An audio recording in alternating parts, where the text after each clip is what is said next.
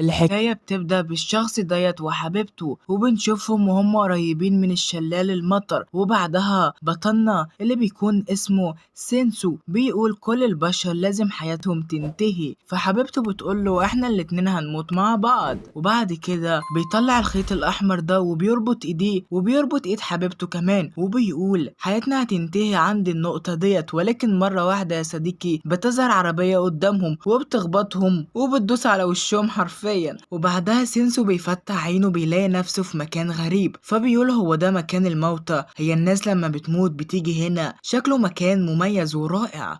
ولكن مرة واحدة بتظهر الفتاة ديت وبتقوله ده مش عالم الموتى، اهلا بيك يا مغامر. فبيتفاجئ وبيقول لها انت مين، فبتعرفه ان هي ساحرة واستدعته هنا علشان يقدر يحمي العالم من الظلام ويبقى بطل، واسمها بيكون انيتا. وبعدها انيتا بتقوله تعالى معايا يا مغامر علشان اوريك العالم اللي انت اتنقلت ليه. العالم ديت مش زي العالم اللي انت كنت فيه اطلاقا، لا العالم ده فيه كل شيء، وحوش عمالقة وحوش مدمرة، مش بس كده ظلام وشياطين بيسعوا لتدمير العالم، وانا دعيتك هنا علشان تقف قدام الشر وتحمي العالم من الدمار. وبتقوله انت هتكون الضوء اللي هيدمر الظلام. وبعدها بتقوله يا مغامر اول مهمة ليك، ولكن بتبص عليه مرة واحدة بتلاقي زجاجة بتقع على الارض، بتبص على سينسو بتلاقيه خد كمية كبيرة من الحبوب المنومة اللي هتقتله، وبيكون عايز يخلص على نفسه يا صديقي. فأليتا بتكون مصدومة،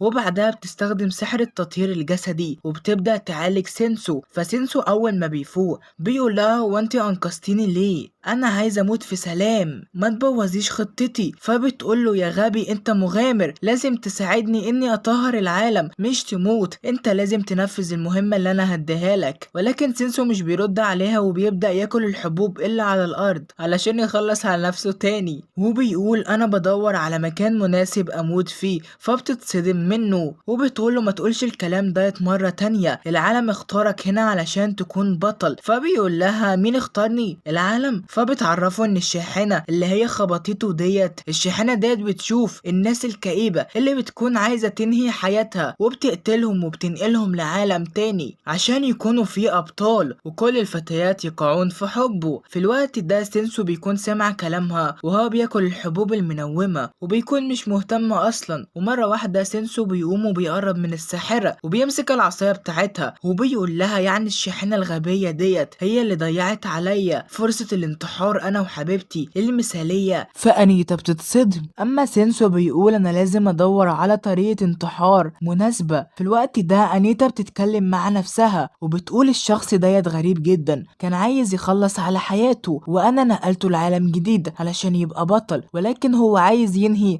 على حياته تاني بأي طريقة. وبتقول كل ديت مش مهم، اول ما يشوف احصائياته والمهارات اللي قدر يحصل عليها هيغير رأيه ويبقى بطل. وبعدها بتشوف قوته، ولكن مرة واحدة بتصدم لما بتلاقي احصائياته يا صديقي كحيانة جدا، والبطل حرفيا بيكون في المستوى الاول ومهاراته زيرو. فبتتصدم وبتقول اول مرة الشاحنة تخطئ في نقل شاب فاشل زي ديت معدوم من قوة السحر، وبتكون مصدومة لانه اتنقل بدون اي سحر. في الوقت ده سينسو بيقوم وبيكون هيخرج من المكان، فانيتا بتمنعه وبتمسك ايده وبتجري تمسك ايده وبتعرفه ان لو خرج من المكان ده هيموت لان المكان هنا مليان بالوحوش اللي هتقضي عليه. فبيقول لها ده مناسب، انا بدور على طريقة اخلص من حياتي دي هتكون رائعة. فانيتا بتتفاجئ وبتقوله طيب ارجوك خليك معايا علشان احميك، لانك لو خرجت في وحوش هيقضوا عليك زي ما بيقضوا على البشر الضعفاء وانت ضعيف حاليا. فبيقول لها انا مقدر خوفك عليا، ولكن انا بدور على مكان مناسب اموت فيه، وبيسيبها ويمشي. ولكن انيتا بتكون متفاجئة وبتفضل تبص عليه وبتقول الشخص ديت مختلف تماما، وبتقول انا دايما لما بستدعي بطل دايما بيكون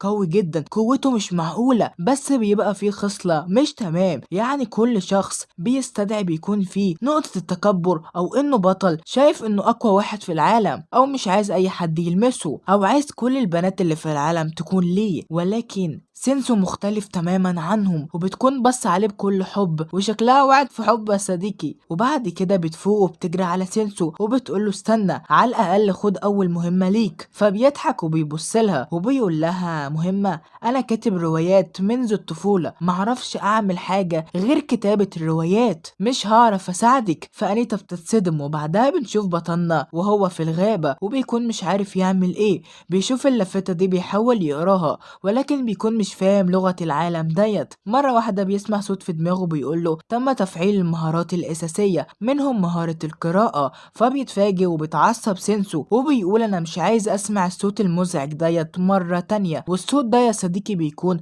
صوت النظام لديه. ولكن مرة واحدة بيسمع صوت انفجار ضخم، بعدها بيسمع صوت صراخ فتاة. فبيتفاجئ وبيروح عند المكان ده، وأول ما بيوصل بيلاقي الفتاة ديت والشجرة بتكون ماسكاها، ودي بتكون شجرة الموت يا صديقي. في الوقت ده الفتاة بتشوف سينسو وبتقوله مش انت مغامر؟ أرجوك انقذني قبل ما الشجرة تقضي عليا. فبيفضل بس بيكون مستغرب لأن الفتاة ديت عندها ودان قطط، وبيقول من الواضح ان العالم ده مختلف. في الوقت ده الفتاة بتقوله انقذني أرجوك. فبيقول لها سينسو انا كاتب روايات، ممكن اكتب رواية بعد ما تموتي. فالبت بتتصدم وبتقوله انت بتقول ايه؟ انقذني بسرعة. فسينسو بيقرب من الشجرة وبيقول لها تمام هحاول، وبيفضل ينط نطات غريبة. وبعدها بيقول مش هعرف انقذك، انت بعيدة جدا. فالبت يعني بتتصدم وبتقول له هو انت مش هتستخدم سحر او اي شيء تقضي على الشجرة؟ فبيقول لها لا. في الوقت ده الشجرة يا صديقي بتمسكه وبتحطه جنبها. فسينسو بيفرح جدا لانه اخيرا لقى طريقة مناسبة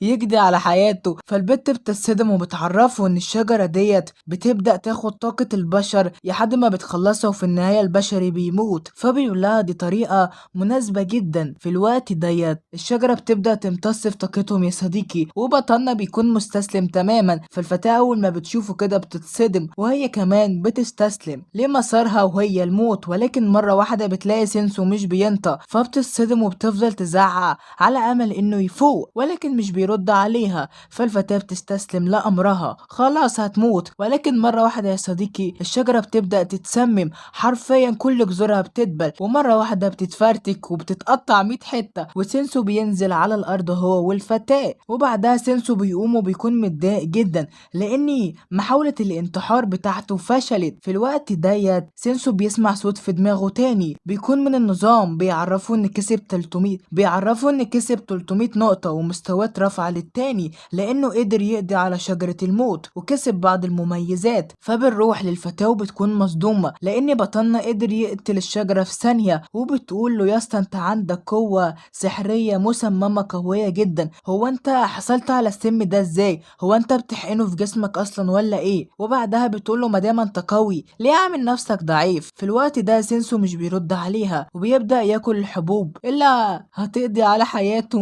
وبعدها سينسو بيتكلم مع نفسه وبيقول اتمنى لو اقدر انهي حياتي، انا ما عنديش اي سبب اني اعيش، انا خسرت كل شيء. ومرة واحدة بيرفع ايده ولكن بيلاقي الخيط اللي ربطه على ايده وعلى ايد حبيبته قبل ما العربية تدهسهم. فبيعتقد انها جت معاه للعالم ديت. فبيفرح جدا وبيقول انا عندي امل اني اعيش، لازم ادور على حبيبتي هي اسمها سيشي، وبعد ما الاقيها احنا الاتنين هننتحر مع بعض. وبعد كده الفتاة اللي انقذها بتقول له انا مبسوطة جدا وبتقول له اعرفك على اسمي، ولكن هو بيكون مش مهتم وبيقول لها سيشي. فبتتضايق وبتقول له ده مش اسمي، انا اسمي، ولكن بيقول لها سيشي. فبتتعصب وبتفضل ماشية وراه الفتاة وهو بيقول سيشي. فبتقول له ده مش اسمي الحقيقي يا غبي اسمعني، ولكن مش بيرد عليها. وبعد كده بنروح لأنيتا وهي قاعدة بتدعي للإله بتاعها إنه يدي القوة للبطل عشان يقدر يبقى على قيد الحياة في هذا العالم القاسي، وبتتمنى إنها تشوفه مرة تانية ويبقى معاها علشان تقدر تحميه. في الوقت ده سيسو بيدخل عليها فبتتفاجئ جدا وبتفرح وبتطلع تجري عليه فبيقول لها مرحبا. في الوقت ده الفتاة بتظهر وبتقول له انت جايبنا هنا ليه؟ فأنيتا أول ما بتشوفها بتتصدم وبتقول فتاة ده لسه جاي العالم من كام دقيقة،